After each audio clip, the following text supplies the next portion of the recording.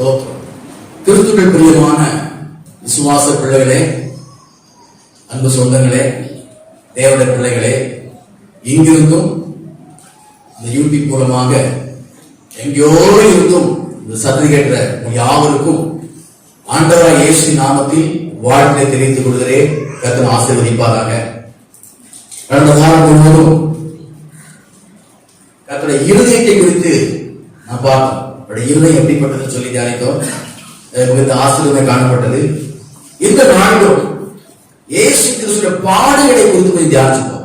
ஏன் இந்த பாடுகளை எனக்கு என்ன நன்மை, இந்த பாடுகளை கேள்விப்படுகிற அனுபவிக்கிற நாம் என்ன செய்ய வேண்டும்? கடைசி காலங்களில் எல்லாருடைய வாழ்க்கையிலும் கர்த்தர் எதிர்பார்த்தோடு இருக்கிறார். நாம் கர்த்தருக்கு எதையோ சாதிக்க வேண்டும் என்று சொல்லி பெண்கள், ஆண்கள், வாலிப பிள்ளைகள் எல்லாரும் அவர் கர்த்தர் பயன்பட வேண்டும் என்று விரும்புகிறார். ஒரு பக்கத்தில் பிசாசானவன் ஆண்கள் பயன்படாம போயிடணும், அல்லது பெண்கள் பயன்படாம போயிடணும், இல்ல வாலிப பிள்ளைகள் பயன்படாம போயிடணும் சொல்லி அவரும் ஒரு பக்கம் கொஞ்சம் முயற்சி பண்ணிட்டு தான் இருக்கான். ஆனா அவன் முயற்சி பண்ணுவான், ஆனா அவன் ஜெயம் கிடையாது. ஆனால் ஜெயம் உண்டு. அது எப்படி? கர்த்தரை சார்ந்து நிற்கிற பிள்ளை வாழ்க்கையில பிசாசுக்கு ஜெயம் கிடையாது. வேத வசனத்தின் வெளிச்சத்தில் நடக்கிற பிள்ளைகளுக்கு பிசாசுக்கு ஒருபோதும் ஜெயம் கிடையாது. வசனத்தை நம்பி வாழ்ற பிள்ளை வாழ்க்கையில பிசாசு ஜெயிக்கிற சரித்திரமே கிடையாது. வேத வசனத்திலும் இயேசு கிறிஸ்துவிலும் உறுதியான விசுவாசம் இருக்கிறவருடைய வாழ்க்கையில பிசாசுக்கு ஜெயமே கிடையாது. இயேசுவின் நம்பிக்கை இல்லாம, வசனத்தை வாழ வேண்டும் என்ற விருப்பம் இல்லாம, பரிசுத்த ஆவியுடைய நடத்திற்கு ஒத்து போகாமல் இருந்தால் நிச்சயமாக அவர்கள் பிசாசினால் தோற்கடிக்கப்படுவார்கள். பிசாசு ஜெயம் எடுப்பார், வாழ்க்கை பாதிக்கப்படும். அப்படி பாதிக்கப்படக்கூடாது என்பதற்காகத்தான் கர்த்தர் நம்மோடு இடைப்பட்டுக் கொண்டிருக்கிறார். இந்த பாடலை குறித்து இன்னைக்கு தியானிப்போம். அதுக்கப்புறம் ஒவ்வொரு நாள் காலையில இதோட தொடர்ச்சியை நினைச்சுவோம், தியானிப்போம். நீங்க கேளுங்க, கேட்டு பெற்ற ஆசீர்வாதத்தை மற்றவருடைய செய்ய பகிர்ந்து கொள்ளுங்க. கர்த்தர் உங்களையும் ஆசீர்வதித்து உங்களுக்கு அநேகரை ஆசீர்வதிப்பார். அல்லேலூயா. பிலிப்பியர் எழுதின நிருபத்துல 2ஆம் அதிகாரம் 5ஆம் வசனம் முதல் 11ஆம் வசனம் வரைக்கும் வாசிக்க கேட்போம். கிறிஸ்து இயேசுவிலிருந்து சிந்தையே உங்களிலும் இருக்க கடவுது. அவர் தேவனுடைய ரூபமாயிருந்தும் தேவனுக்கு சமமாய் இருப்பதை கொள்ளையாடின பொருளாக எண்ணாமல் தம்மை தாமே வெறுமையாக்கி அடிமையின் ரூபம் எடுத்து மனுஷ சாயலானார். அவர் மனுஷ ரூபமாய் காணப்பட்டு மரண பரியந்தம், அதாவது சிலுவையின் மரண பரியந்தமும் கீழ்ப்படிந்தவராகி தம்மை தாமே தாழ்த்தினார். ஆதலால் தேவன் எல்லாவற்றிற்கும் மேலாக அவரை உயர்த்தி இயேசுவின் நாமத்தில் வானோர் பூதலத்தோர் பூமியின் கீழானோருடைய முழங்கால் யாவும் முடங்கும் படிக்கும் பிதாவாகிய தேவனுக்கு மகிமையாகிய இயேசு கிறிஸ்து கர்த்தர் என்று நாவுகள் யாவும் அறிக்கை பண்ணும் படிக்கும் எல்லா நாமத்திற்கும் மேலான நாமத்தை அவருக்கு தந்தருளினார். அல்லேலூயா. பாடுகளும் மேன்மையும், இதான் செய்தி தலைவர். பாடுகளும் மேன்மைகளும். இதுல முதலாவது சொல்லியிருக்கிறது, இயேசு கிறிஸ்துவில் இருந்த சிந்தையே உங்களில் இருக்க வேண்டும். இதுக்கு நீ பிரயாசப்படும். அவர் சிந்தையை எப்படி இருந்ததோ அத மாதிரி நம்ம சிந்தை காணப்படும். இயேசு கிறிஸ்து திருமணம் முடிக்கலையா, பிள்ளைகளை பத்துக்கலையா, சொந்த வீடு வாசல்லையே, காது பைக்கிலேயே, ஆசைப்படலையே, அப்படி நம்ம வாழ முடியுமா? நீ கேட்கலாம். அதெல்லாம் அவர் சிந்தையில அவருக்கு இல்லாவிட்டாலும் நமக்கு தருபடியாக வாக்கு பண்ணி இருக்கிறார், தந்து கொண்டு இருக்கிறார். அல்லேலூயா, அல்லேலூயா. ஆமா, கடல்ல நிறைய மீன் இருக்குது. கடல் அந்த மீனை சாப்பிடாது, அந்த மீன்களை ஜனங்களுக்கு அள்ளி கொடுத்து கொண்டே இருக்கிறது. அதே போல இயேசு கிறிஸ்து உலக பிரகாரமான ஆசீர்வாதங்களை அவர் விரும்பாவிட்டாலும் உலக பிரகாரமான ஆசீர்வாதங்களை அவர் பிள்ளைகளுக்கு கொடுப்பதற்கு ஆயத்தமுள்ளவராக இருக்கிறார். நம்மளை வாழ வைப்பதற்கு ஆயத்தமா இருக்கிறார், நம்ம மேன்மைப்படுத்த ஆயத்தமா இருக்கிறார். ஆனபடினால் அவர் இருந்த சிந்தை நம்மை காணப்பட வேண்டும். அல்லேலூயா. வாழ்க்கை பிள்ளைகள் கவனமா கேளுங்க. உங்க சிந்தை இயேசு கிறிஸ்து சிந்தையை போல காணப்பட்டதுன்னா இந்த உலகத்தில் நீங்கள் சுடர்விடும் பிரகாசம் நட்சத்திரத்தை போல ஜொலிப்பீர்கள். வாழ்க்கை அப்படி மேன்மை அடையும். இயேசு கிறிஸ்துவ சிந்தையோடு கூட செய்த ஊழியர்கள் ஆசீர்வதிக்கப்படும். அல்லேலூயா. அப்படி சொல்லிட்டு அவர் தேவனுடைய ரூபமாய் இருந்தும் தேவனுக்கு சமமாய் இருப்பதை கொள்ளையான பொருளாக எண்ணாமல், தேவனுடைய ரூபம், அவர் தான் தேவன். அவரை பூமியில் பிறக்கிறதுக்கு முன்பாகவும் தேவனாக இருக்கிறார், பிறந்த போதும் தேவனாக இருக்கிறார், இன்றைக்கும் தேவனாக இருக்கிறார். ஆனால் பூமியில் பிறந்த போது தன் தேவன் அப்படிங்கிற ஒரு மேன்மையை இழந்தவராக, அந்த மேன்மையை விட்டுக் கொடுத்தவராக, இந்த உலக ரட்சிப்புக்காக அப்படியே தன்னை தாக்கினார். அல்லேலூயா. கவனமா கேட்டு உங்க வாழ்க்கையில் இந்த சிந்தை காணப்பட வேண்டும்.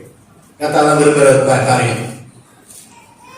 நீங்க 7ஆம் வசனம் வாசித்து பார்த்தீங்கன்னா, தம்மை தம்மை வெறுமையாக்கி அடிமை ரூபம் எடுத்து மனுஷ சாயினார். வெறுமையாக்கினார். எதெல்லாம் வெறுமையாக்கினாரு? பரலோக மகிமையை ஒதுக்கிட்டு வெறுமையாக்கினார். பரலோக மகிமை எனக்கு வேண்டாம், பரலோகத்தின் அந்த பதவியை ஒதுக்கிவிட்டு, பரலோகத்தின் ஐஸ்வர்யத்தை ஒதுக்கிவிட்டு, பரலோகத்தின் உரிமைகளை ஒதுக்கிவிட்டு, இன்னும் சொல்ல போன அவருடைய தெய்வீக தன்மையை கூட ஒதுக்கிவிட்டு, இன்னும் எத்தனையோ மேன்மைகளை இழந்து தன்னை வெறுமையாக்குறாங்க. என்கிட்ட ஒண்ணும் இல்லை, ஒண்ணு வேண்டாம் என்று சொல்லி தன்னை வெறுமையாக்கி இந்த பூமியில வந்து பிறந்தவர். மனுஷ சாயலான, ஆனால் மனிதனுக்குரிய சுபாவங்கள் அப்படி இல்லாதபடி தெய்வீக சுபாவம் இருந்துச்சு. தெய்வீக சுபாவம் இருந்துச்சு. தெய்வீக மேன்மைகளை வேண்டாம் சொல்லிட்டாரு, இழந்துட்டாரு. ஸ்தோத்திரம். அது அப்படி இழந்து அதோடு கூட இல்லாம பாடுகளை ஏற்றுக்கொண்டார், பாவங்களை ஏற்றுக்கொண்டார், தரித்திரங்களை ஏற்றுக்கொண்டார், வியாதிகளை ஏற்றுக்கொண்டார், கவலைகள், கண்ணீர், துக்கங்கள் இதெல்லாம் ஏற்றுக்கொண்டார். மேன்மையை விட்டுட்டு இந்த மாதிரி ஒரு காரியங்களை ஏற்றுக்கொண்ட தியாகராஜனாக இயேசு வெளிப்படுத்ததை பார்க்கிறோம். இந்த சிந்தை உங்களிடத்தில் காணப்பட வேண்டும். அல்லேலூயா. என் வீட்டு வாசல் வேண்டாமா? எல்லாம் வேணும், எல்லா ஆசீர்வாதம் வேணும். நம்ம சிந்தை அந்த ஆசீர்வாதத்துக்கு மேல போகக்கூடாது. லட்சுமியா வாழலாம், கோடீஸ்வரன் வாழலாம், அவருடைய செல்வ சீமா, அவருடைய பிள்ளைகள் நாம செல்வ சீமானா வாழலாம். நம்ம சிந்தை செல்வத்து மேல போகக்கூடாது. நம்ம சிந்தையோ அழிந்து ஒரு ஆத்துமாக்கள் மேல கரிசனை உள்ளதாய் காணப்பட வேண்டும். அல்லேலூயா. ஒரு மனிதர், ஒரு தேவ மனுஷனா சொன்னாரு, ரோட்ல போகும்போது பெரிய செல்வ சீமா, பெரிய ஊழியக்காரர், ரோட்ல போகும்போது ஒரு மாட்டு வண்டி போயிட்டு இருக்க, ஒரு மாடு படுத்துட்டு படுத்தோம்னா மாட்டை எழுப்புறது பிரயாசப்பட்டு இருக்கிறாங்க, மாடு எழுப்ப மாட்டாங்க. இவரும் இறங்கி எட்டி பார்த்திருக்கிறாரு. அந்த மாடுல சொல்லியிருக்கிறான், மாடு வயசாகி போச்சு, அநேகமா சாகிற நிலைமை ஆகி போச்சு, இனிமே அதை இறந்து போயிடும், அந்த சூழ்நிலை வந்துட்டு அப்படின்னு இருக்கிறாங்க. இதை பார்த்தோன்னு இவர் சொன்னாரா, ஆண்டவரே இந்த மாட்டின் சிந்தை எனக்கு காணப்பட வேண்டும். கடைசி மூச்சு விடும் போதும் அந்த நோக்கால் கழுத்து மேல இருக்குது. எஜமானுடைய வண்டி இழுத்துக்கிட்டு போய் அப்படியே அது மரணத்தை தழுவி கொண்டது. அவர் தீர்மானம் எடுத்தாரா, நானும் ஆண்டவரே இந்த மாட்டுக்களை நன்றி இருக்கிற எஜமானுக்கு உங்க நன்றி உள்ளவனாக கடைசி மூச்சு இருக்கிறைக்கும் உமக்காக ஓடி செய்து மதிக்க வேண்டும் சொல்லி ஒரு தீர்மானம் எடுத்தாராம். கிறிஸ்து இயேசுவின் சிந்தை, இயேசு கிறிஸ்து கடைசி மூச்சு இருக்கிற வரைக்கும் பிதாவின் சித்தத்தை நிறைவேற்றி முடித்தார். அல்லேலூயா. இன்னைக்கு இருக்கிற கிறிஸ்தவர்கள் மாத்திரம் இந்த சிந்தை வந்துச்சுன்னு சொன்னா, சொடக்கு போற நேரத்துல சுவிசேஷ அறிவிக்கப்படும், ரட்சிக்கப்படுவாங்க, பட்சிக்கப்படுவாங்க, இயேசு வந்துருவார். அல்லேலூயா. நான் முதல்ல சொன்னது போல இயேசு கிறிஸ்து வருகைக்கு தடையா இருப்பது கிறிஸ்தவன் சொன்னா தவறே கிடையாது. அல்லேலூயா. இயேசுக்கு அந்த சிந்தை இருந்தது. அது மாத்திரமல்ல, பாடுகள், துன்பங்கள், அவமானங்கள், வேதனை, குற்றம் சாட்டுதல், காயங்கள், சிலுவை மரணத்தை ஏற்றுக்கொண்டவராக அடிமையை போல இருந்தார். ஆனாலும் கீழ்ப்படிதல், பொறுமை, மன்னிப்பு, அன்பு, தாழ்மை அவரிடம் காணப்பட்டது. அல்லேலூயா. மேன்மைகளை ஒதுக்கினாரு, பாடுகளை ஏற்றுக்கொண்டாரு, ஆனாலும் சாட்சியாய் வாழ்ந்தார்.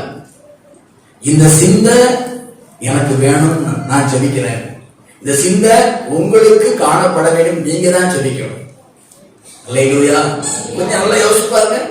மேன்மைகளை தொடர்ந்து பாடுகளை ஏற்றுக்கொண்டு அந்த பாடுகள் மத்தியில் சாட்சியுள்ள வாழ்க்கை.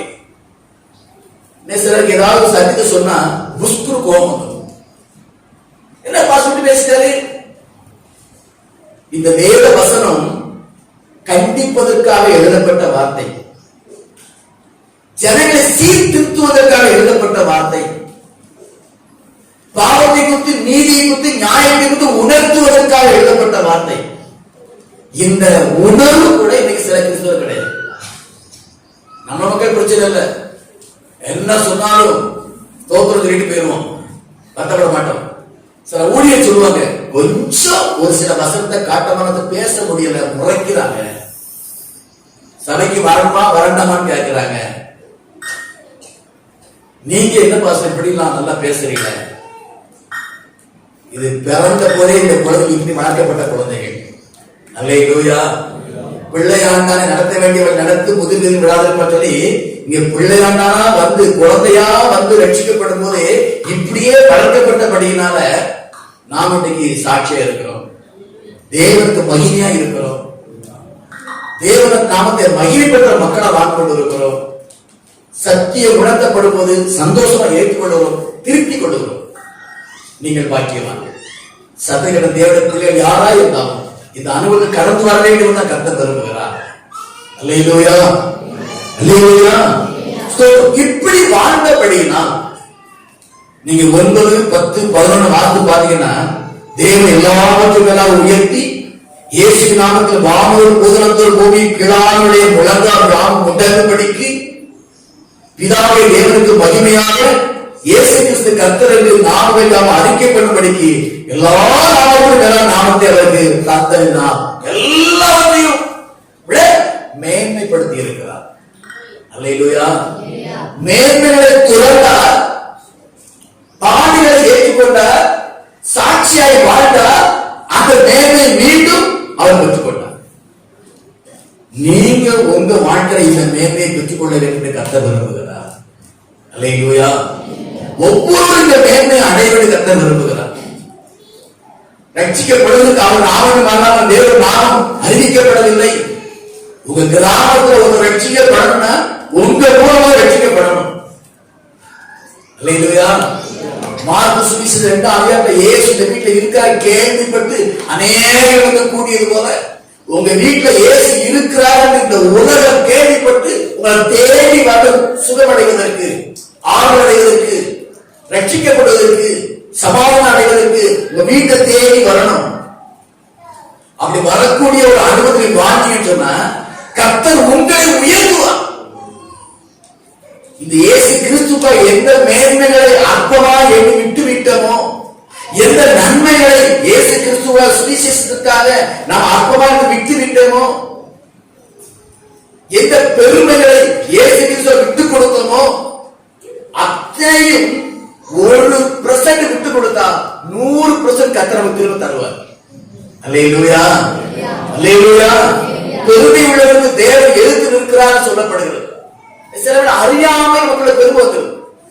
இந்த விஷயம் ரொம்ப பயப்படுவேன். இந்த காலத்துல செய்தி கேட்டாலும் போன் பண்ணுவாங்க, இது அப்படி எனக்கு ஆசை இருந்துச்சு, இப்படி ஆசைமா சொல்லுவாங்க. சொன்னவனுக்கு ஆண்டவரே மகிமை உமக்கே சேரட்டும் ஐயா, நீ தானே பேச வச்சீங்க, நான் பேசலையே, நான் பேசின அவன் கேட்பான். மகிமை உமக்கு ஆண்டவரே சொல்லி கர்த்தர் கிருபையினால இதுவரைக்கும் நிலைத்திருக்க ஆண்டவர் உதவி செய்திருக்கிறார். அல்லேலூயா. எந்த காரியத்தை குறித்தும் பெருமைக்கு இடம் கொடுக்காதீங்க. பெருமைகள்லாம் தூக்கி குப்பையில தூக்கி போட்டுருங்க.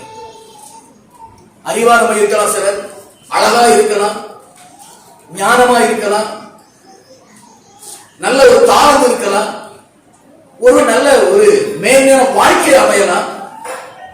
அவைகளில் இந்த கண்களை வைத்து விடாதபடி, நம்முடைய சிந்தையை அவையில் வைத்து விடாதபடி, இதெல்லாம் ஒரு நாள் அழிய போகிறது. அல்லேலூயா. நாலு சிலர் வரும்போது உள்ள பார்ப்பாங்க, நல்லா கேட்டிருக்கீங்க பாஸ்டர் அப்படிம்பாங்க. நான் சொல்லுவேன், மனசுல இருப்பேன், இது ஒரு நாள் அழிந்து போகும். அல்லேலூயா. சில பார்க்க வருவாங்க, கோயிலை பார்க்கணும் திறந்து கொடுத்த அப்படிம்பாங்க. வந்து பார்த்த உடனே ரொம்ப சந்தோஷமா சொல்லுவாங்க, ஆச்சரியமா சொல்லுவாங்க, மேன்மையா சொல்லுவாங்க. நான் சொல்லுவேன், இது ஒரு நாள் அழிந்து போகக்கூடியது, அழியாத ராஜ்யம் பரலோகத்தில் இருக்கிறது நமக்கு. அல்லேலூயா, அல்லேலூயா. நல்ல ஆலயம் தான், அழகான ஆலயம் தான், நல்லாதான் கட்டி இருக்கிறோம், நல்ல தர நல்ல குறை தான் போட்டிருக்கிறோம். இது அல்ல நமக்கு மேன்மை. எனக்கு மேன்மை என் இயேசுவின் சிந்தையோடு வாழ்ந்து, என் தேவத்தின் நாமத்து மகிமையான வாழ்க்கை வாழ்ந்து, தெய்வத்தின் கரத்தில் பயன்பட்டு 4 பேர் ரட்சிக்கப்பட வேண்டும். அந்த 4 பேரை நானும் பரலோகம் வேண்டும். அதான் எனக்கு மேன்மை. இந்த சிந்தையோட நீங்கள் காணப்பட வேண்டும். அல்லேலூயா. எந்த காரியத்தில் நீங்கள் மேன்மையா இருந்தாலும் அது நிமித்தம் அந்த மேன்மையில் ஒரு சிந்தை வைக்கக்கூடாது. லட்சம் ரூபாய் சம்பாதிக்கலாம், கோடியை சம்பாதிக்கலாம், அதெல்லாம் நிலையானது அல்ல என்கிற விவேகத்தோடு அந்த உணர்வோடு நான் வாழ்வதற்கு சொன்னால் நிச்சயமாகவே இயேசு கிறிஸ்துவை உயர்த்துற தேவன் உங்களை கண்டிப்பா உயர்த்துவார். எத்தனை ஆமென் சொல்றீங்க? எத்தனை ஆமென் சொல்ல முடியும்? அல்லேலூயா. அந்த கர்த்தர் தெளிவு உள்ளவனாய் கர்த்தர் மாற்றி கொண்டு வருகிறார். அவன் நாமத்துக்கு மகிமையான வாழ்க்கை வாழுகிறவனை உருவாக்கி கொண்டு வருகிறார். நம்முடைய எண்ணங்களையும் சிந்தனைகளையும் புதுப்பித்துக் கொண்டு வருகிறார். ஏன் சொன்னா நம்ம நேசிக்கிறான். அல்லேலூயா, அல்லேலூயா. ஸ்தோத்திரம். 1 பேதுரு 1 அதிகாரம் 13 வரைக்கும் வாசிக்க கேட்போம். 1 பேதுரு 1 அதிகாரம் 13, 14, 15, 16. நன்மையை பின்பற்றுகிறவர்களானால் 1 பேதுரு நீங்கள் முன்னே ஆகையால் நீங்கள் உங்கள் மனதின் அறையை கட்டிக்கொண்டு தெளிந்த புத்தி உள்ளவர்களாய் உச்ச பொருங்க. அதுதான் நீங்கள் உங்கள் மனதின் அறையை கட்டிக்கொண்டு, மனதின் அறையை கட்டிக்கொண்டு சொல்லும்போது எனக்கு இந்த வசனம் சரியா புரியல, எனக்கு அர்த்தம் புரியல. மனதின் அறையை கட்டிக்கிட்டா மனச ஒரு கட்டுப்பாடு வச்சு விடணும், உலகம் உள்ள போகாதபடி, உள்ளத்தை வெளியே வராதபடி அப்படி கட்டோட வச்சுக்கணும். அப்படி யோசிச்சு பார்த்தேன். முழங்கால போட்டு ஆண்ட கடை என்ன அர்த்தம் ஏது அப்படின்னு.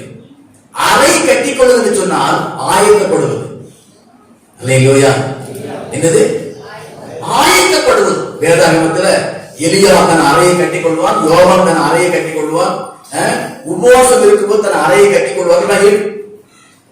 இப்படி தேவனுடைய அந்த சிந்தையை நீங்கள் பெற்றுக்கொண்டு தேவனுக்கு சாட்சியை வாழ்ந்து தேவனை கருத்தில் பயன்பட்டு தேவனால் உயர்த்தப்படுவதற்கு நீங்கள் ஆயத்தப்பட வேண்டும். அதான் அறையை கட்டிக்கொண்டு மனசு ஆயத்தப்படுத்தணும், மனசு ஆசைப்படணும். நானும் கர்த்தர் எதையாவது செய்யணும், நானும் கர்த்தர் பயன்படணும், நானும் என் கர்த்தர் உயர்த்தப்பட வேண்டும். அது மனப்பூர்வமா நம்ம நினைச்சோம் ஆயத்தப்படணும். நானா என்ன செய்வார் ஆண்டவர், நானா எதுக்கு உதவ, எதுக்கு நான் பயன்பட போறேன், இப்படி நினைச்சிட்டோம் அப்படின்னா நம்ம ஒன்றுக்கு பயப்பட மாட்டோம். ஒரு விசுவாசப்படியே உனக்கு ஆகத்தனம் சொல்லபடி இருந்துருவோம். இல்ல, என்னை கத்த பயன்படுத்த முடியும். ஒரு தேவன் சொத்தர் இருக்கிறாரு, 2 கால்கள 2 கை கிடையாது இருக்கு, இடுப்புக்கு பக்கத்துல பாதம் இருக்கும். நீங்க கூட பாத்துருப்பீங்க, செல்ல வாட்ஸ்அப்ல யூடியூப்ல பாத்துருப்பீங்க.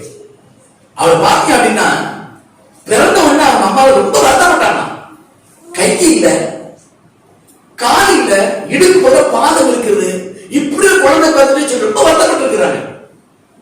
ஆனா இவரு அறிவு தெரிந்த அந்த நாட்களில் இருந்து நானும் இந்த உலகம் எதையாவது சாதிக்க சொல்லி வைராக்கியத்தோடு வாழ்ந்து படிச்சு நீச்சல் கற்றுக்கிட்டாரு.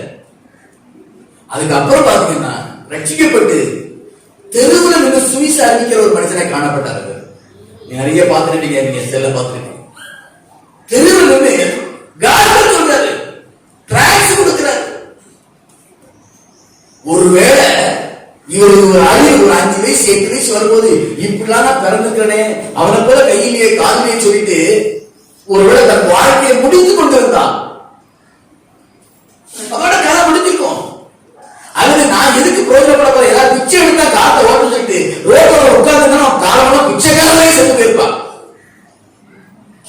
சாதிக்க வேண்டும் என்று கர்த்தரை நோக்கி பார்த்தபடினால, கர்த்தருடைய சமூகத்துல விழுந்து கிடந்தனால அந்த மனிதனையும் கர்த்தர் அநேக உலகமெங்கும் பயன்படுத்துறார். பிரசங்கம் பண்ணுவதற்கு, ஜெபம் பண்ணுவதற்கு, காத்து அறிவிப்பதற்கு பயன்படுத்தி கொண்டிருக்கிறார்.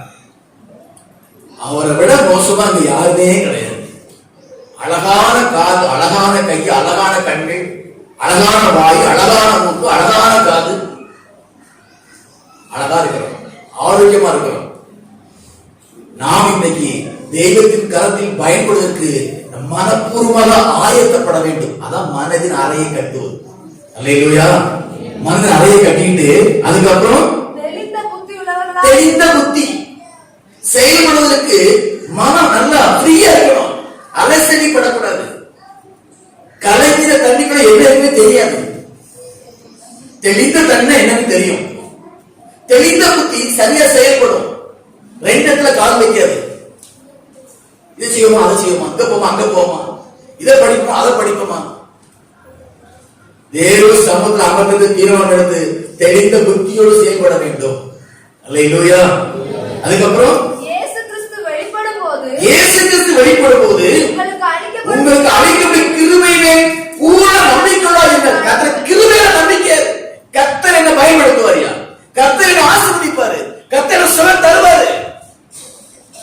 கர்த்தர் ஞானம் தருவாரு, விவேகம் தருவாரு, என்னை மேன்மைப்படுத்துவார். கிருபை எனக்கு தருவார். அவருடைய விசுவாசம் வேணும். கிருபையை பெற்றுக் கொள்வது கிருபாசன தண்டைக்கு போக வேண்டும். அல்லேலூயா. கிருபையினால் எல்லாம் கிடைக்கும்.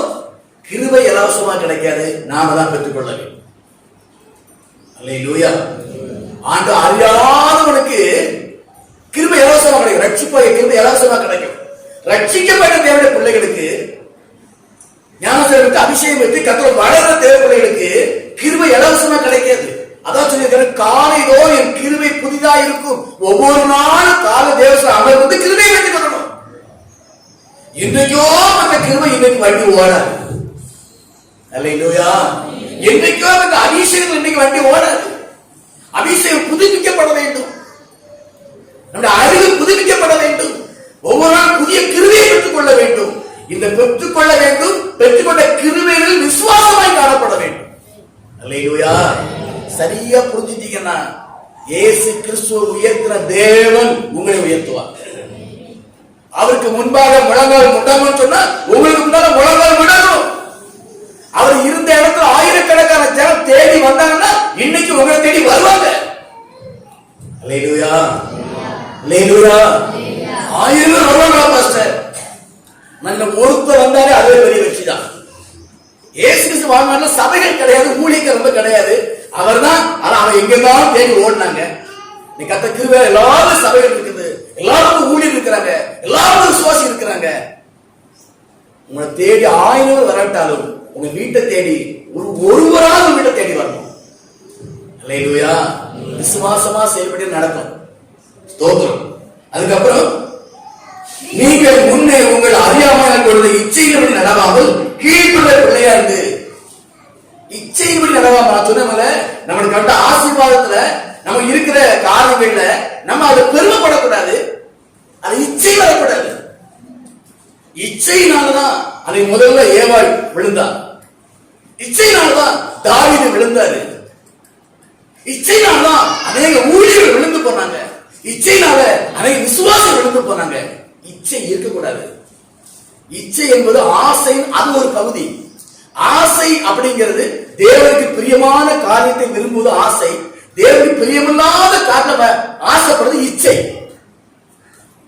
ஏன் எல்லா பழம் சாப்பிடு, அது வந்து ஆசை. ஆசைப்படலாம் சாப்பிடுறாரு. ஆனா சாப்பிடாத சாப்பிடுறது அது இச்சை. அந்த பழத்தை பார்த்து இச்சித்து. அல்லேலூயா. அல்லேலூயா. இச்சை இருக்கக்கூடாது.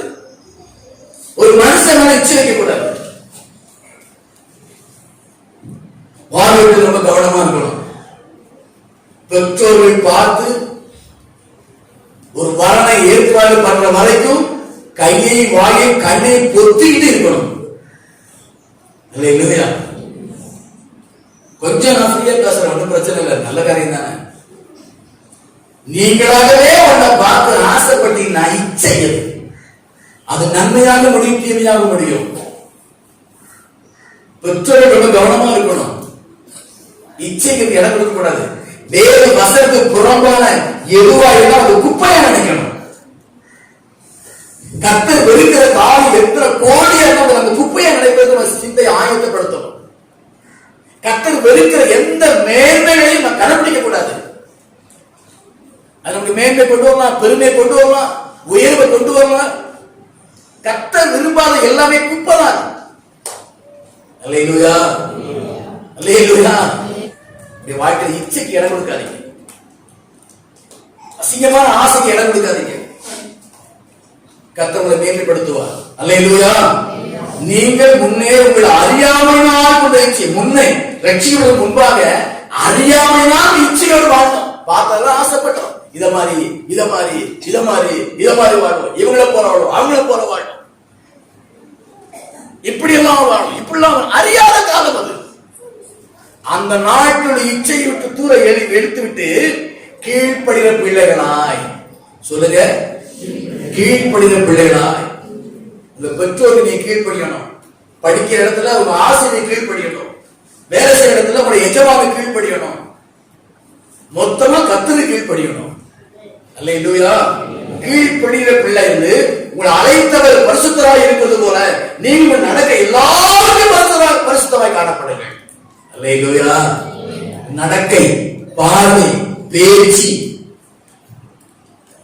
கரங்கள், நம்முடைய ஆத்மா, ஆவி, சரீரம் முழுவதும் பரிசுத்தமாக காணப்படும். ஏன் சொன்னா என்னை இந்த அனுபவத்தை கொண்டு வந்த தெய்வம் பரிசுத்தர். அல்லேலூயா. நான் பரிசுத்தராக நீங்களும் பரிசுத்தர்கள் என்று எழுதியிருக்கிறதே. ஆண்டவர் பரிசுத்தம் உள்ளவர், ஆனா அழகுள்ளவர். நான் அழகுள்ளவன், ஆனா பரிசுத்தமா வாழணும். நீங்க அழகுள்ளவர்கள், ஆனா பரிசுத்தமா வாழணும். அழகு வேற, அலங்காரம் வேற. அழகு என்பது தேவனுடைய படைப்பு, அலங்காரம் என்பது பிசாசுடைய உபதேசம். அல்லேலூயா. எந்த சூழல் வந்தாலும் பரிசுத்தத்தை கரைபிடித்து விடாதபடி காத்துக் கொள்ள வேண்டும். சின்ன பிள்ளையா இருந்தாலும் சரி, வாலிப பிள்ளையா இருந்தாலும் சரி, வயசான இருந்தாலும் சரி, இந்த பரிசுத்தம் அப்படிங்கிறது எல்லாருக்கும் பொதுவான ஒரு கேட்டகரி. இது வாலிப பிள்ளைய பரிசுத்தம் பண்ணா போதுங்க, நான் இப்படி இருந்தாங்க. நோ, வாலிப பிள்ளை மட்டும் பரலோகத்துக்கு போகும்போது நம்ம போடுங்க. பரலோகத்துக்கு போகிறதுக்கு அந்த ஐடியே பரிசுத்தம் தான். அந்த ஐடி கார்டு, அந்த முத்திரை, அந்த அனுமதி சீட்டு, அந்த விசா, அது பரிசுத்தம் தான். ஆகவே நாம் பரிசுத்தத்தை காத்துக்கொண்டு காணப்பட வேண்டும். அல்லேலூயா, அல்லேலூயா. நீ இன்னொரு வருஷம் சொல்லி நான் முடிச்சிருந்தேன். ரோமர் 6ஆம் எடுத்துக்கிடுங்க. ரோமர் 6ஆம் அதிகாரம் 14 வசனம் வாசிப்போம். ரோமர் 6:16.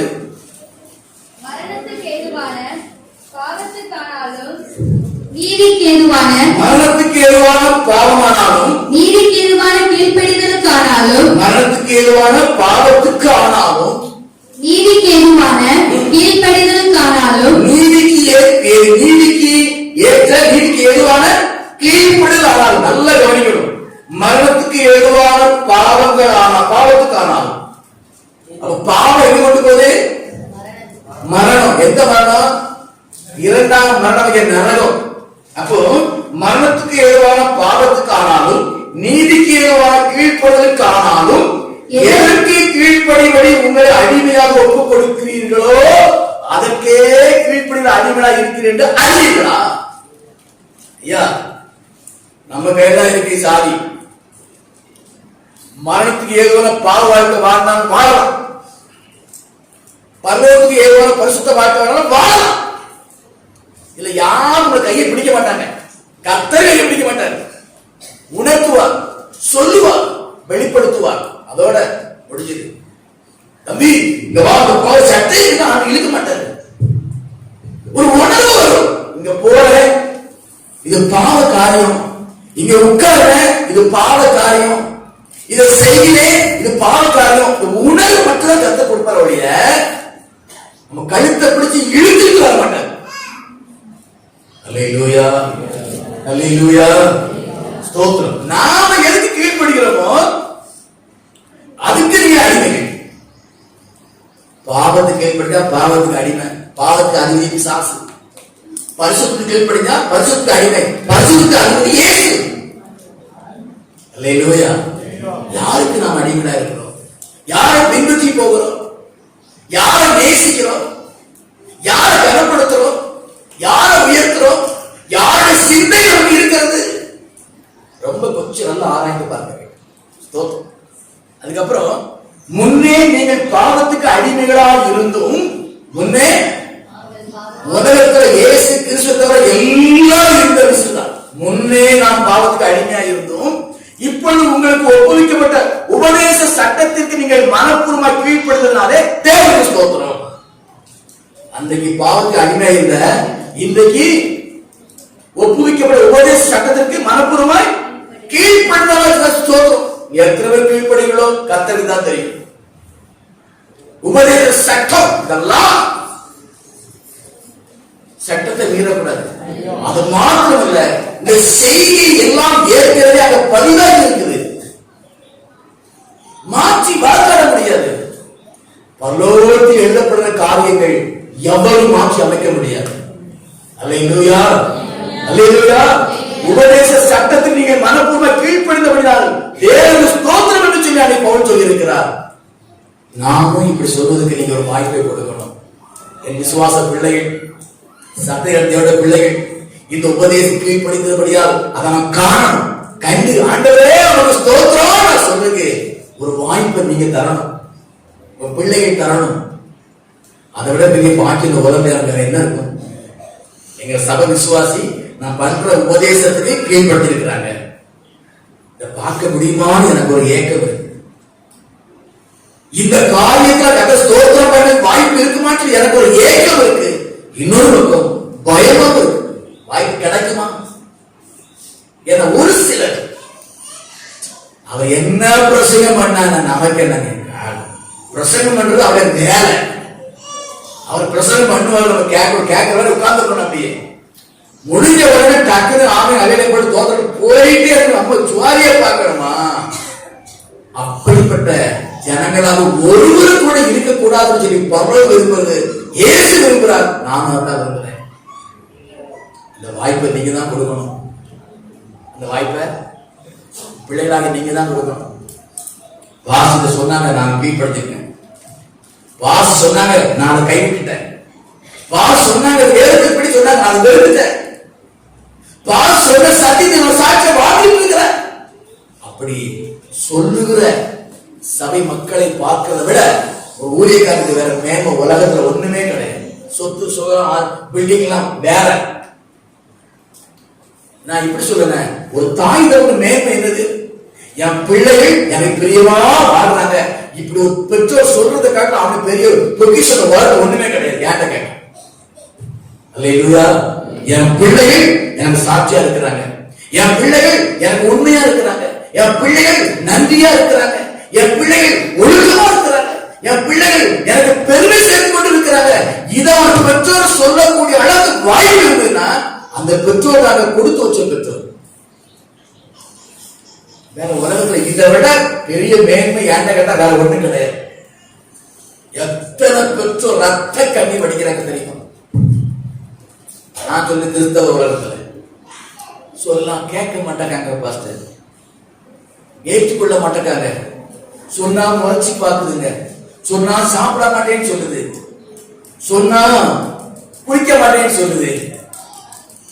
ஏன்ட்ட கேட்டா நான் சொல்லு கீழ்ப்படியலன்னா சாப்பிட மாட்டேன், நீ பத்னியமே கடை, உன பத்னியா இருந்து பரிசுத்தமாகி நீ செத்தால் நீ பகலுக்கு போயிடும். அப்படிதான் நான் சொல்லுவேன். பிள்ளைகளை வளர்றது பயப்படக்கூடாது. பெற்றோர் தேவட சித்தம் ஒரு முடி கூட கிளம்படாது. பெற்றோர் நல்லா கவனிச்சுக்கிடுங்க. பிள்ளை மிரட்டுவாங்க. இப்ப நிறைய பிள்ளைங்களா சில பிள்ளைகள் ரொம்ப சொல்லிட்டு என் ஃப்ரெண்ட் வீட்டுக்கு போயிருவேன், போட்டு சொல்லிடணும். எங்க போனாலும் உங்களுக்கு இருக்கிற அன்பு, பாதுகாப்பு, பராமரிப்பு, போஷிக்கிறது எங்க கிடைக்காது. அதை நீங்க விசுவாசிங்க. முதல்ல பெற்றோர் விசுவாசிக்கணும். எங்க போனாலும் சரி, என்கிட்ட சுரத்த நாய்க்கு கிடைக்காதுன்னு சொல்லி நீங்க விசுவாசிங்க. நீங்க தைரியமா இருக்க. முதல்ல பெற்றோர் பயப்படக்கூடாது. பிள்ளைகளுக்கு என்ன மக்களே மறக்கலா? செத்துருவேன் போ சொல்லுங்க. இப்ப என்ன அப்பெல்லாம் எது தங்க சாகாது. அப்படிதான் சாகணும்னு கர்த்தர் அனுமதிச்சா அதை நம்ம காப்பாற்ற முடியாது. நான் எப்போதும் சொல்லுவேன், பிள்ளைகளுக்கு பெற்றோர் பயப்படக்கூடாது, பிள்ளைகளுக்கு பெற்றோர் கீழ்ப்படியக்கூடாது. என்னைக்கு பிள்ளைகள் வாக்கு நம்ம பயப்படுறோமோ, என்னைக்கு பிள்ளைகள் நம்ம கீழ்ப்படுறோமோ, அன்னைக்கு பிள்ளைகளை நம்ம பாவத்தினால் தள்ளி விடுவோம் அப்படிங்கிற அறிவு பெற்றோருக்கு வேணும். அல்லேலூயா, அல்லேலூயா. அதே ஸ்தானம் நானும் இருக்கிறேன். என் வார்த்தையை கீழ்ப்படித்தா நான் கர்த்தரை ஸ்தோத்திரம்னு சொல்லணும். அதான் எனக்கு ஆசை. அப்படின்னா இயேசு எப்படி நேசிக்கிறாரோ அதே போலதான் நான் உன்னை நேசிக்கிறேன். அல்லேலூயா. அந்த பவுல் சொன்ன மாதிரி என்ன அருமையான வார்த்தை பாருங்க. இப்பொழுது உங்களுக்கு ஒப்புவிக்கப்பட்ட உபதேச சட்டத்துக்கு நீங்கள் மனப்பூர்வமாய் கீழ்ப்படிந்ததினாலே தேவனுக்கு ஸ்தோத்திரம். என்ன மனசுக்கு எவ்வளவு சந்தோஷமா இருக்கு இந்த வார்த்தை சொல்லுவோம். எவ்வளவு கம்பீரமா சொல்லி இருப்பாரு, எவ்வளவு ஆனந்த கழிப்பாடு சொல்லி இருப்பாரு. ஒரு ஊழியக்காரனுக்கு தாங்க சந்தோஷம், ஒரு பெற்றோருக்கு தான் சந்தோஷம். கவனமா இருக்க வேண்டும். ஸ்தோத்திரம். பாவத்திலிருந்து நீங்கள் விடுதலையாக்கப்பட்டு நீதிக்கு அடிமையானீர்கள். பாவத்திலிருந்து விடுதலையாகிட்டீங்க. அதற்காக தான் இயேசு நான் சொன்னது எல்லாம் மேலும் விட்டு விட்டு ஒரு பலி ஆட்டை போல, ஒரு கிராய் ஒரு பலி ஆட்டை போல, ஒரு கசாப்பரை கொண்டு போற ஆட்டை போல இந்த பூமிக்கு வந்த அவர் மயிர்கத்தோட ஆட்டை போல பேசாமல் இருந்தார், பொறுமையோடு இருந்தார், தாழ்மையோடு இருந்தார், கீழ்ப்படியோடு இருந்தார், அந்த அன்போடு இருந்தார், ஆத்ம பாரத்தோடு இருந்தார். அத்தனை சித்திரவதைகள் படுதற்கு அப்படித்தான். நான் கூட சொன்னேங்க, அந்த கைதிகள் அவரை பிடிச்ச அந்த நேரத்தில் இருந்து முடிந்ததுன்னு சொல்லி ஆக ஒப்பு கொடுத்தாரு. அந்த நிமிடம், அந்த வினாடி வரைக்கும் ஒவ்வொரு வினாடி அவரப்பட்ட பாடுகள் உங்களுக்காக இருக்காங்க. இது ஒரு கிறிஸ்தவம் உணர்ந்துக்காக சொன்னா இந்த வேத வசனம் புறமா எதையும் செய்ய மாட்டாங்க. உணர்ந்து பார்க்கணும். இயேசுப்பட்ட பாடுகள் எத்தனை சித்திரவதை, ஒரு பாவியா வருது, அனாதையா வருது, அவர் என்ன கைதியா வருது. பரிசுத்தமுள்ள தெய்வம், ராஜாவி ராஜா, பொருத்தட வீதியில் உலாவுகிற அந்த தெய்வம் இந்த பாவ பூமியில் வந்து பலி ஆணை போல ஒப்பு கொடுத்தாரு. அயோக்கியர்கள் கால் கும்பலுக்கு ஒப்பு கொடுத்த தெய்வம் இல்லையாது. ஒன்றுக்கு உதவா தலையை கண்ணத்தில் அடிச்சுக்கு ஒப்பு கொடுத்தாரு, தலையை குட்டுக்கு ஒப்பு கொடுத்தாரு. அவ்வளவு அடி வாங்கிட்டு அவர் இந்த வல்லமையெல்லாம் மறைத்து வைத்துக் கொண்டிருந்தாரு. வல்லமை எப்படிப்பட்ட வல்லமை? ஒரு வார்த்தை, ஒரு நாசில சுவாசத்தை ஒரு கரிசனோடு ஊதுனால்தான் அத்தனை காயம். அந்த வல்லமையெல்லாம் அடக்கி வைத்துக் கொண்டு தேவ அன்பை வெளிப்படுத்துற தியாக ராஜனாய் தொங்கிக் கொண்டிருந்தாரு. அந்த தெய்வத்தை நினைத்து பார்ப்போம் என்று சொன்னார். இந்த வசந்த விரோதம் பேச முடியுமா? வசந்த விரோதம் வாழ முடியுமா? இந்த வசந்த விரோதம் சிந்திக்க முடியுமா? கொஞ்சம் ஆராய்ந்து பார்க்கணும்.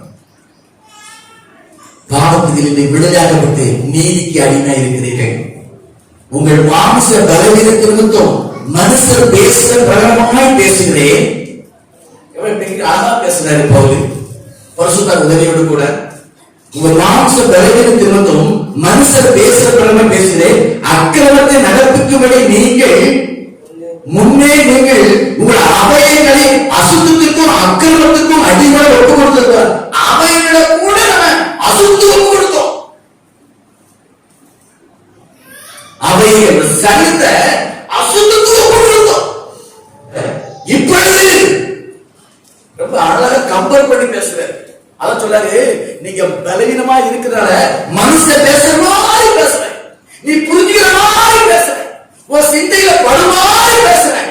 இதையும் நீ சிந்தையை அடக்கி வச்சுக்கிட்டு இந்த வார்த்தை உள்ள போகாமல் இருப்பாய் என்று சொன்னார்.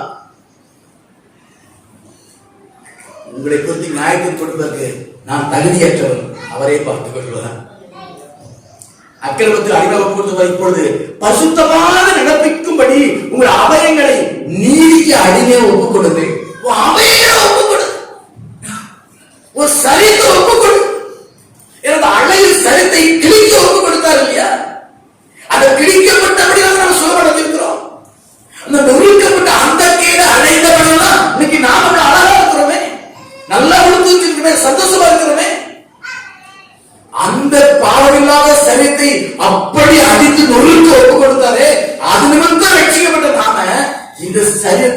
இன்னும் இந்த உலகத்துக்கு ஒப்பு கொடுக்கலாமா? சரீரத்தை இன்னும் நம்ம வேற எதுக்கு ஒப்பு கொடுக்கலாமா? நீதிக்கு ஒப்பு கொடுங்க, தேவ வசனத்துக்கு ஒப்பு கொடுங்க, வசனத்தின்படி சாப்பிடு, வசனத்தின்படி உன் குடும்பத்தை மெயின்டைன் பண்ணு, சரீரத்தை மெயின்டைன் பண்ணு, வசனத்தின்படி பேசு, வசனத்தின்படி சிந்தி, வசனத்தின்படி பார், வசனத்தின்படி கேள். நீதிக்கு ஒப்பு கொடுக்கிற பிள்ளைகள் காணப்பட வேண்டியவர் தான் கர்த்தர் கடைசி நாட்டில் அங்கலாய்த்து கொண்டிருக்கிறார். நாம கிராமத்துல பிறந்த, கிராமத்துல இருந்து ரட்சிப்படுகிறா சபை பண்ணிட்டு இருக்கிறோம். நான் கோரி கோரி அவன் நன்றி சொல்றேன். ஒருவேளை பட்டணத்தை போல இந்த பெட்டி நிரப்பாம இருக்கலாம், ஆனா என் மனசு நிறைஞ்சு இருக்குது. எனக்கு இதெல்லாம் பார்க்கும்போது எவ்வளவு நல்ல விசுவாசிகள், எவ்வளவு அன்பானவர்கள், எவ்வளவு தாழ்மையானவர்கள், எவ்வளவு கீழ்ப்படுகிறவர்கள், அப்படிலாம் நினைக்கிற சந்தோஷப்படுவோம். ஆனா சிலருடைய வாழ்க்கையை பார்த்து வேதனையும் பட்டிருக்கேன். அது என் உள்ளத்தை உடைக்க வந்தவரே, எவ்வளவு தெளிவாக பேசியும் இன்னும் இருந்து கடினப்படுத்திக் கொண்டிருக்கிறார்களே, அவளை இன்னும் சரிப்படுத்த சொல்லி வருந்துதான் பேசிட்டு இருப்பேன். சலிச்சுன்னு சொல்ல மாட்டேன், அடிச்சு நொறுக்கின்னு சொல்ல மாட்டேன். நல்ல சிந்தையை கொடுங்க ஆண்டவரே, நல்ல எண்ணங்களை கொடுங்க ஆண்டவரே, கீழ்ப்பட இருதயத்தை கொடுங்க ஆண்டவரே. இன்னும் முரட்டாட்டமா இருக்கிறார்களே, அசால்ட்டா இருக்கிறாங்களே ஆண்டவரே, அடிச்சுக்காதீங்கப்பா, சரிப்படுத்துங்கன்னு சொல்லி நான் இன்னும் ஜெபம் பண்ணிட்டு இருக்கிறேன். ஏசு கிறிஸ்து அப்படிதான் ஜெபம் பண்ணிட்டு இருக்கிறேன். அதனாலதான் இன்றைக்கும் சில வண்டிகள், தப்பான வண்டிகளும் சரியா ஓடிட்டு, தப்பான வண்டி சரியா ஓடுது. அவன் நினைப்போம், என் திறமை, என் தில்லு, என் அறிவு இல்லையா. God grace, அந்த கிருபையில வண்டி ஓடுது. உன் வண்டி நொறுங்குனா தேவ நாம தூஷிக்கப்படும். நான் இப்படி ஒரு தப்பு பண்றேன், கர்த்தர் ஆசீர்வதிக்கிறார். நான் இதை துரோகம் பண்ணிட்டு இருக்கிறேன், கர்த்தர் ஆசீர்வதிக்கிறார் செய்யறாரு. அது உன் மேல வச்ச கிருபை. இந்த கிருபை எப்போதும் கடக்க நினைக்க முடியாது. அல்லேலூயா, அல்லேலூயா. நான் போற போக்குல எங்க அம்மாவுக்கு தெரியாது, எங்க அப்பாவுக்கு தெரியாது, என் ரகசிய வாழ்க்கை ஒழுங்கு தெரியாது. நினைச்சேன்னா உன்னை போல முட்டாள் ஒருவன் கிடையாது. கர்த்தரை கண்களுக்கு மறைவாக உலகத்தை ஒண்ணுமே கிடையாது. உன் அம்மா கண்ணை மறைக்கலாம், அப்பா கண்ணை மறைக்கலாம், பொண்டாட்டி கண்ணை மறைக்கலாம், புருஷன் கண்ணை மறைக்கலாம், என் கண்ணை கூட மறைக்கலாம். கர்த்தர் கண்ணை மறைக்கவே முடியாது. நீங்கள் நீதிக்கு அடிமைகளை ஒப்புக் கொடுங்க. பாவத்துக்கு நீங்க அடிமை இருந்த காலத்தில் நீதிக்கு நீங்களா அன்னைக்கு நீதி கிடையாது, அது வேற காலம். இப்பொழுது உங்களுக்கு வெட்கமாய் தோணுகிற காரியங்களாலே அக்காலத்தில் என்ன பலன் கிடைத்தது? அவங்க முடிவு மரணம்.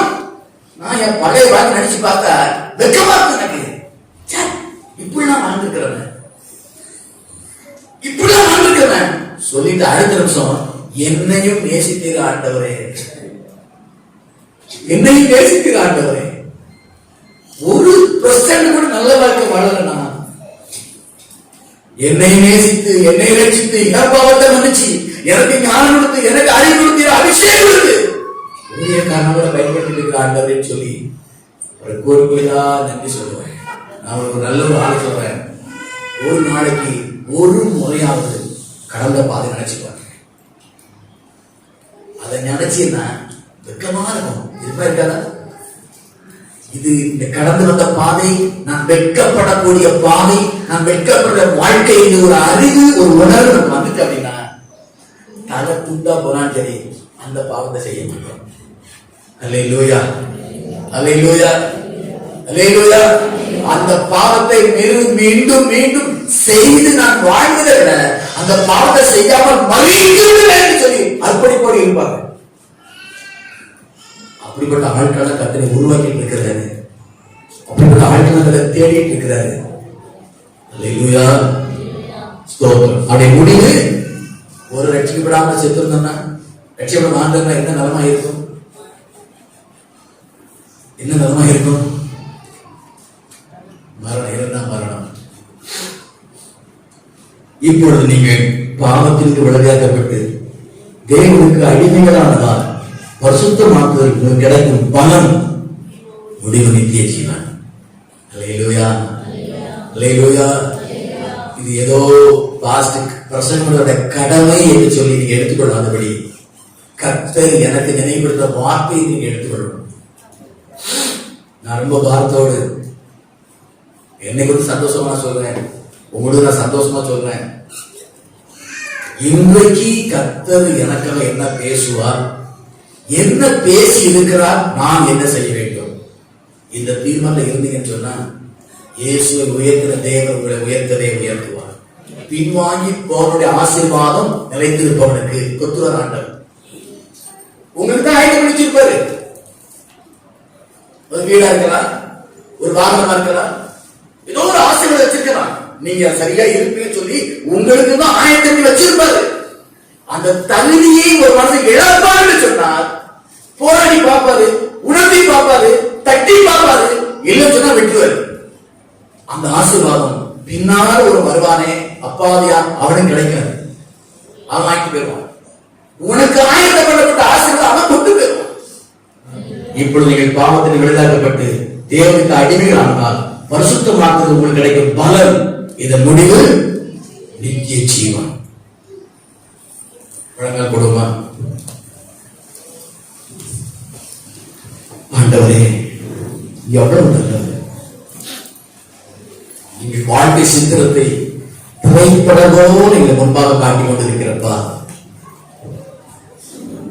இருதயங்களை திரைப்படமோ எடுத்து காட்டிக் கொண்டு ஸ்கேன் என்ன ஸ்கேன் ஸ்கேன் சரியத்தை தான் காட்டும். என் ஆண்டோட ஸ்கேன் நினைவுகளையும் காட்டக்கூடியது, சிந்தனைகளையும் காட்டக்கூடியது. இன்றைக்கு அநேக இருதயங்கள் ஸ்கேன் பண்ணி ஆண்டவர் கையில கொடுத்திருக்கிறார். பாரு, உன் சிந்தையை பாரு, உன் இருதயத்தை பாரு, உன் நினைவுகளை பாரு, உன் வைராகியத்தை பாரு, உன் பொறுமையை பாரு என்று சொல்லி ஸ்கேன் ரிப்போர்ட்ட, உங்க ஸ்கேன் ரிப்போர்ட்ட உங்க கையில கொடுத்திருக்கிறார். இதை பார்த்துட்டு சரியான ட்ரீட்மெண்ட் எடுத்த மக்களாக காணப்பட வேண்டும். ஸ்கேனை எடுத்து உள்ள பிரச்சனை இருக்கு காட்டிட்டா வாங்கி பைக்ல வச்சுட்டு அப்படியே போயிட்டு அப்படின்னா அவனுக்கு ஆபத்து. அதை போல இன்னைக்கு ஆண்டவர் ஆன்மீக ஸ்கேன் எடுத்து ரிப்போர்ட் ஒரு கையில கொடுத்திருக்கிறார். இதுக்கு ட்ரீட்மெண்ட் நீங்க தான் எடுக்கணும். ட்ரீட்மெண்ட் நீங்க தான் எடுக்கணும். உனக்கு முடியலையா? கத்தனை ஆண்டவரே, இந்த காரியத்தை என்னால் விட முடியவில்லை, இந்த பழக்கத்தை என்னால் விரும்ப முடியவில்லை, இந்த துணியான பேச்சை விட முடியவில்லை. ஆண்டவரே ப்ளீஸ் ஹெல்ப் மீ டாடி சொல்லி சொல்லுங்க. உனக்கு உதவி செய்வான். மனிதனால் கூட தேவனால் கூடும். ஒரு சொல்லியாங்களா ஆண்டவர் அப்படியே சொல்லிருக்கிறாரு. ஆவுடைய ஸ்கேன் எடுத்து ரிப்போர்ட்டை ஓகேல கொடுத்திருக்கிறார். ட்ரீட்மெண்ட் எடுத்துக்கோ. முடியல ஆகுதுங்க. 2 minutes ஜாபுங்க. இயேசுவே, என் தமிழ் தகப்பனை காட்டிலும் எங்களை நேசிக்கிற நல்ல தாயும் தகவமாய் இருக்கிற ஆண்டவரே, எங்கள் உயர்வை விரும்புகிற தெய்வமே, என் ஆசீர்வாதத்தை விரும்புகிற ஆண்டவரே, நாங்களோட கரத்தில் பயன்பட வேண்டும் என்று எதிர்பார்ப்போடு இருக்கிற தெய்வமே, உங்க சிந்தையை போல நாங்கள் வாழ வேண்டும் என்று ஆவலாய் காத்திருக்கிற ஆண்டவரே, உமக்கு துரோகம் செய்துவிட்டு போய்விடாதபடி அர்ப்பணிப்போடு ஒப்பு கொடுத்ததோடு சரிப்படுத்தப்பட்ட இருதயத்தோடு கூட நாங்கள் கடந்து போக தெரிவித்தாங்கப்பா. உங்கள் சிந்தையை போல மாதிரியாய் காணப்படுகிறதாங்க. அற்புதமான ஆண்டவரே, மேன்மைகளை விட்டு கொடூரமான சம்பவங்களை வாழ்க்கையை ஏற்றுக்கொண்டு அந்த நிலைமையிலும் கீழ்ப்படுகளோட அன்போடு கூட வாழ்ந்த அந்த இருதயம் எங்களுக்கு வேண்டும் ஐயா. மன்னிக்கிற இருதயம், அன்பு செலுத்துற இருதயம், ஆத்ம பாரமுள்ள இருதயம், தேவ சித்தத்தை சரியா செய்து முடிக்க வேண்டும் அந்த இருதயம் எங்கள் ஒவ்வொருவருக்கும் காணப்படட்டும். சந்ததியிட பிள்ளைகள் காணப்படட்டும் ஆண்டவரே. கடந்து வந்த பாதையை நினைத்து பார்த்து அந்த வாழ்க்கையை நினைத்து வெட்கப்படக்கூடிய சுபாவம் நினைத்தான். மீண்டும் அந்த கொடிய பாவத்தை செய்து விடாதபடி, மீண்டும் அந்த கொடிய காலையில் ஈடுபட்டு விடாதபடி, மீண்டும் சரீரத்தை அதில் அர்ப்பணித்து விடாதபடி ஆவி ஆத்மா சரீரத்தை பரிசுத்த தெய்வத்துக்கு ஒப்புக் கொடுத்து இரண்டாம் மரணமாக நரகத்தை தப்புவித்த தெய்வத்தை உறுதியாய் பற்றிக் கொண்டு அந்த பரிசுத்த நிலைத்திருந்து என்னுடைய மரணமோ இந்த வருகையோ இதுவாக இருந்தாலும் எதிர்த்து அழைக்கும் மனவாதிகளாக காணப்படுவதற்கு கிருபை தருகிறாக. அதுவரைக்கும் ஒரு கரத்தில் பயந்த பாத்திரங்களாக காணப்பட வேண்டும். நாமத்தை மகிமைப்படுத்த மக்களாய் காணப்பட வேண்டும். சுவிசேஷ தானங்களாய் காணப்பட வேண்டும். ரட்சிப்பைக்காக தன்னை அர்ப்பணித்த மக்களாய் காணப்பட வேண்டும். அதனால் வர பாடுகளை துச்சமாக நினைக்க வேண்டும். முதல் பிள்ளைகளாக எங்களை கொண்டு அநேக ஆத்துவ மீட்பை பெற்றுக்கொள்ள கிருபை செய்யாதவரே வாழ்வு பிள்ளைகளை பயன்படுத்தும். பரிசுத்தத்தை காத்துக்கொண்டு வேறு தெய்வத்துக்கு பயந்து தேவத்தை கீழ்பட்டு வாழ இதயத்தோடு காணப்பட கத்து கிருபை செய்ய பாதுகாப்பு பராமரிப்பு கூட இருக்கட்டும், ஆளுகை இருக்கட்டும், ஆசீர்வாதங்கள் இருக்கட்டும், நன்மைகள் கிடைக்கட்டும், சரீர சுகம் கிடைக்கட்டும், பொருளாதார தேவை சந்திக்கப்படட்டும், பிள்ளைகள் படிப்பு காலத்துல ஜெயம் உண்டாகட்டும், ஒருவர் திருமண காரியங்களை கத்தர் வாழ்க்கப்படுங்க, கர்ப்பங்கள் ஆசீர்வதிக்கப்படட்டும், இப்படியே போக்குவரத்து ஆசீர்வதிக்கப்படட்டும், நன்மையால் நிரம்பும் அநேக நன்மை செய்கிற மக்களாய் பயன்படுத்துகிறார். இயேசுவின் நாமத்தில் ஜெபித்து ஆசீர்வதிக்கிறேன். ஜெபங்களோட நல்ல பிதாவே, ஆமென். கர்த்தராகிய இயேசு கிறிஸ்து கிருபையும் பிதாவுடைய அன்பும் பரிசுத்த ஐக்கியம் வழி நடத்தலும் நம் அனைவரோடு கூட சகல பரிசுத்தவான் கூட ஆண்டுடைய வழி மட்டும் காணப்படுவதாக. சரி சொல்வோம்.